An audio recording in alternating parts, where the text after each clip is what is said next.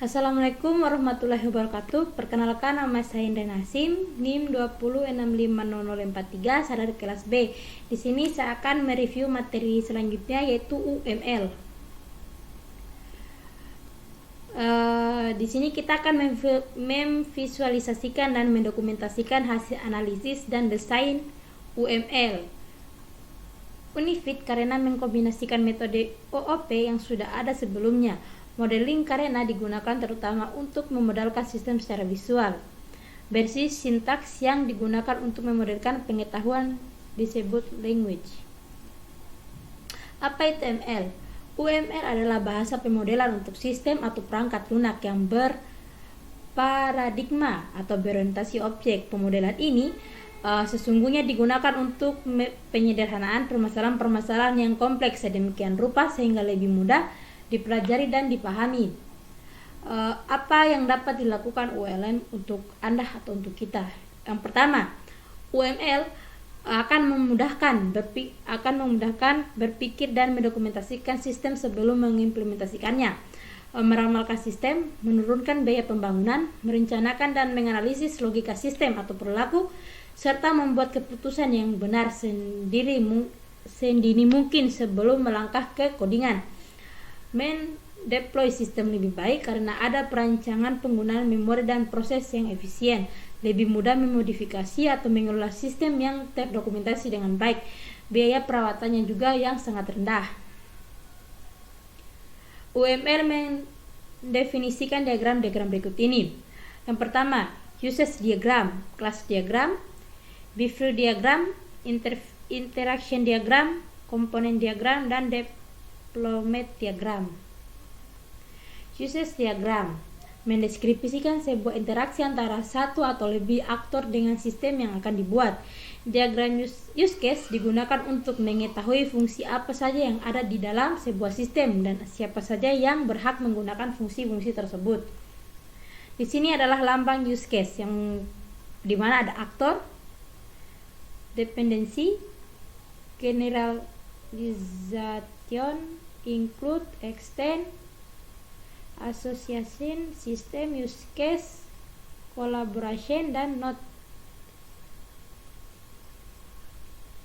Di sini adalah deskripsi dari simbol-simbol tersebut. Use case diagram yang betul dan yang salah.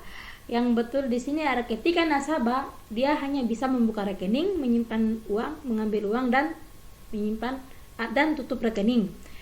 Serta yang salah ini dia teracak, dia yang dimulai dari tutup rekening, simpan uang, buka rekening, dan ambil uang. Yang seharusnya use case diagram yang benar itu dia diurutkan dari urutan pertama sampai urutan terakhir. Kelas diagram. Kelas diagram adalah sebuah spesifikasi yang jika diinstansi akan menghasilkan sebuah objek dan merupakan inti dari pengembangan dan desain berorientasi objek. Kelas menggambarkan keadaan atau atribut atau properti suatu sistem sekaligus menawarkan layanan untuk memanipulasi keadaan tersebut. Kelas diagram juga menggambarkan struktur dan deskripsi kelas, package dan objek beserta hubungan suatu sama lain seperti pewarisan, asosiasi, dan lain-lain. Kelas diagram juga memiliki tiga area pokok. Yang pertama nama, atribut, metode. Atribut dan metode dapat memilih salah satu sifat berikut. Yang pertama, privat, tidak dapat dipanggil dari luar kelas yang bersangkutan. Yang kedua adalah protection, hanya dapat dipanggil oleh kelas yang bersangkutan dan anak-anak yang mewarisinya. Ketiga adalah publik, dapat dipanggil oleh siapa saja. Di sini adalah kelas diagram swalayan, di mana ada pembeli, pegawai, supplier, dan barang. Stat card diagram. Stat card diagram menggambarkan transisi dan perubahan keadaan dari satu statik ke statik lainnya suatu objek pada sistem sebagai akibat dari stimulus yang diterima. Pada umumnya, static chart diagram menggambarkan kelas tertentu. Suatu kelas dapat memilih lebih dari satu static card diagram. Di sini adalah static diagram presensi, di mana di sini ada kata mulai, yang di mana ada mahasiswa presensi, kirim data presensi, daftar data yang diterima, ubah status record terkirim, data diterima server, kirim data yang proses, bisa dilihat pada layar tersebut alurnya sampai dari dimulai dan diakhiri dengan kata selesai. Activity diagram. Activity diagram menggambarkan berbagai alir aktivitas dalam sistem yang sedang dirancang, bagaimana masing-masing alir berawal, description yang menggunakan terjadi, dan bagaimana mereka berakhir. Activity diagram juga dapat menggambarkan proses paralel yang mungkin terjadi pada beberapa eksekusi. Activity diagram paling cocok untuk memodelkan urutan aktivitas dalam suatu proses. Di sini adalah activity pendaftaran pasien baru. Sequences diagram menggambarkan interaksi antara objek di dalam dan di sekitar sistem, termasuk pengguna, display, dan sebagainya, merupakan message yang menggambarkan terhadap waktu. Sequences diagram terdiri antara dimensi vertikal dan dimensi horizontal. Diagram biasanya digunakan untuk menggambarkan skenario atau rangkaian langkah-langkah yang dilakukan sebagai respon dari sebuah event untuk menghasilkan output tertentu.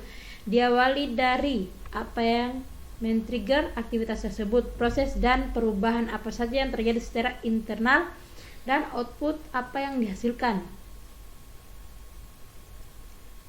Di sini adalah collaboration diagram. Komponen diagram. Komponen diagram menggambarkan struktur dan hubungan antara komponen piranti lunak, termasuk ketergantungan di antaranya. Komponen piranti lunak adalah model berisi kode, baik berisi short kode maupun binary kode, baik linear maupun executable, baik yang muncul pada complete time, lead time maupun runtime. Umumnya komponen terbentuk dari beberapa kelas atau pancake, tapi dapat juga dari komponen-komponen yang lebih kecil. Komponen dapat juga berupa interface, yaitu kumpulan layanan yang disediakan sebuah komponen untuk komponen lain. Deployment diagram. Di sini ada tugas yang dimana cari dan buat use case dari aplikasi dan pelajari buat review untuk masing-masing alur dari use case tersebut. Di sini saya memilih sistem informasi manajemen perpustakaan. Sistem informasi manajemen perpustakaan adalah sebuah sistem informasi yang mengolah informasi yang diperlukan dalam sebuah perpustakaan, yang meliputi pengelolaan pustaka, pengelolaan anggota, pengelolaan petugas, dan pengelolaan peminjaman pustaka. Aturan perpustakaan yang harus dipenuhi pada sistem informasi manajemen perpustakaan yang akan dimodelkan adalah sebagai berikut. Yang pertama, pustaka dapat memilih lebih dari satu pengarang. Yang kedua, anggota dapat meminjam lebih dari satu buku dalam suatu waktu. Ketiga, anggota dapat memilih lebih dari satu nomor telepon. Keempat, anggota dapat mengembalikan pustaka yang dipinjam tidak dalam waktu yang bersamaan. Kelima, pengunjung yang bukan anggota diperbolehkan mencari data pustaka yang ingin dibacanya. Yang keenam, pengunjung yang bukan anggota tidak diperbolehkan meminjam pustaka. Kedelapan, anggota dan pengunjung dapat melakukan pencarian pustaka. 9, satu pustaka akan disimpan sebagai satu data dengan ID yang unik. Di sini ada alurnya, di mana sistem informasi manajemen perpustakaan akan dimodelkan memiliki fungsi-fungsi sebagai berikut. Validasi petugas. Yang pertama, dia bisa login, mengelola data dalam pustaka. Dia akan memasukkan data pustaka baru, mengubah data pustaka, menghapus data pustaka, mencari data pustaka, melihat data pustaka, dan dia juga bisa mengelola data petugas, mengelola data anggota, dan mengelola data peminjaman. Di sini dilakukan oleh admin. Pendefinisian aktor. Di sini kita menggunakan dua aktor. Yang pertama, petugas perpustakaan, dan kedua, anggota atau pengunjung perpustakaan. Petugas perpustakaan adalah orang yang bertugas dan memilih hak akses untuk melakukan operasi pengelolaan data pustaka anggota dan proses peminjaman pustaka. Sedangkan anggota atau pengunjung adalah orang yang diperbolehkan memiliki pustaka sesuai dengan hak aksesnya. Untuk pengunjung hanya memiliki hak akses melihat pustaka dan membaca di perpustakaan tanpa memiliki hak akses untuk meminjam pustaka. Di sini adalah pendefinisian use case, bisa dilihat pada layar. Ini adalah use case diagram sistem manajemen informasi perpustakaan. Mungkin itu saja yang bisa saya jelaskan. Wassalamualaikum warahmatullahi wabarakatuh.